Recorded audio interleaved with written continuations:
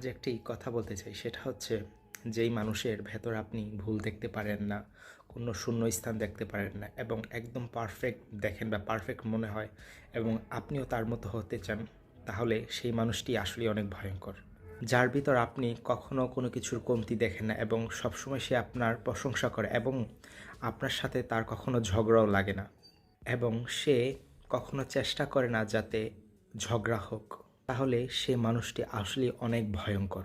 কারণ সে তোমার সাথে তার নিজের কিছু স্বার্থ ও পরিকল্পনার জন্য আছে।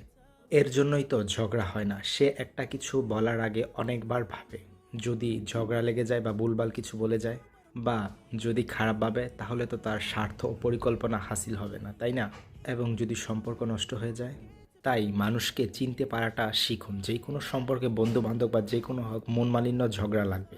আর যে কোনো সম্পর্কে যদি ঝগড়া না হয় বা একদম ঠান্ডা থাকে, তাহলেই বুঝবেন ওখানে কোনো ভেজাল আছে। তাই না? তাই মানুষ চিনাটা জরুরি। কারণ এটা জীবনের গুরুত্বপূর্ণ একটা শিক্ষা।